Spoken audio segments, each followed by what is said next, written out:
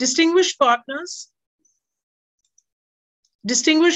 and dear colleagues, my name is Anita Bhatia and I am the Assistant Secretary General and Deputy Executive Director at UN Women. As we celebrate International Women's Day, I'm very pleased to share with you a few thoughts about how women's leadership in sports translates into gender equality more broadly.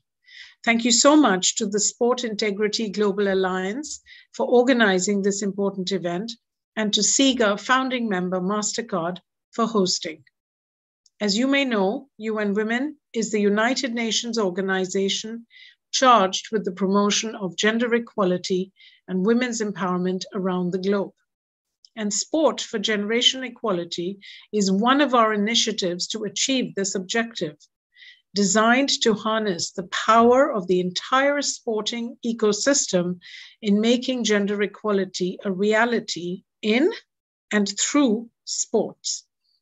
Developed in partnership with the International Olympic Committee, the principles of this initiative are a guide for the sports world to multiply impact for gender equality by promoting women's leadership, addressing gender-based violence, creating equal economic opportunity, creating a bias-free media, and leveling the playing field for girls, figuratively and in real life, and monitoring progress on these.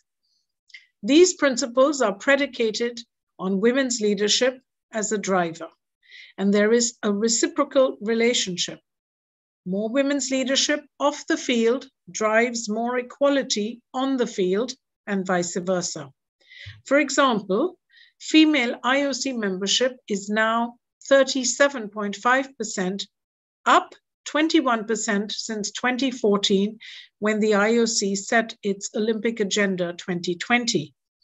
We actually saw the results of this play out recently in Tokyo, which was the first Olympics to have gender parity in athlete participation. Indeed, the saying that if you can see it, you can be it certainly applies to sports. The huge success of the 2019 FIFA Women's World Cup, watched by 1.2 billion people, and the Tokyo Olympics, watched by half of the planet, make a difference. What plays out on the big field fuels dreams and shapes the culture, and hence it is how the girls of today imagine themselves as the leaders of tomorrow. We also know that girls' participation in sports builds leadership skills that last for life. An Ernst & Young study found that 96% of C-suite women in the US had participated in some sport in high school or college. In this regard, I also want to applaud the SIGA Women Global Mentorship Program, providing young women in the sports industry an opportunity to carve out a leadership role. We know that the full potential of women's sports remains untapped in terms of sponsorships and coverage. This is actually a missed opportunity in terms of the commercial potential and audience reach. Many of you here have the power to level this playing field. UNESCO looked at 114 countries and found that only 7% of the athletes seen, heard, or read about in the media are women, and only 4% of sports-related stories focus on women. This has to change. The lack of women's equal representation in the media translates into fewer resources for girls and women in the first place. When women athletes are not covered, or when coverage is sexist, it reinforces negative gender stereotypes that we all are fighting so hard to eliminate. Changing this also makes business sense. Our partners at FIFA understand this well, and they showed their commitment at the Generation Equality Forum we convened in Paris last summer, where they pledged to invest $1 billion over 4 years to help grow the women's game. Greater investment is also the means to close the vast pay gap that exists between male and female athletes.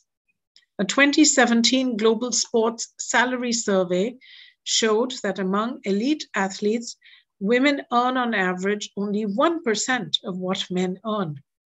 After a 6-year legal battle and 4 World Cup championships, as well as 4 Olympic gold medals, the UN Women's National Soccer Team finally, recently, secured an agreement for equal pay with the men's team.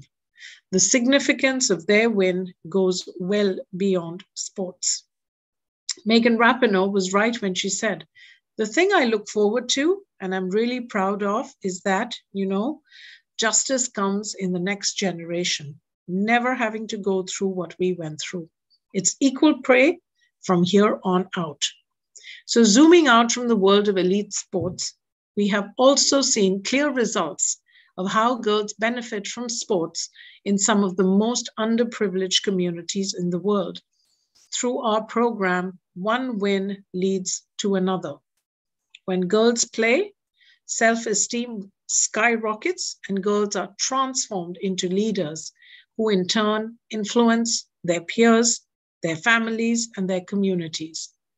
We need greater investment in programs like these. In closing, I want to thank SIGA and MasterCard, along with the many participants, for the rich conversation over the last 2 days.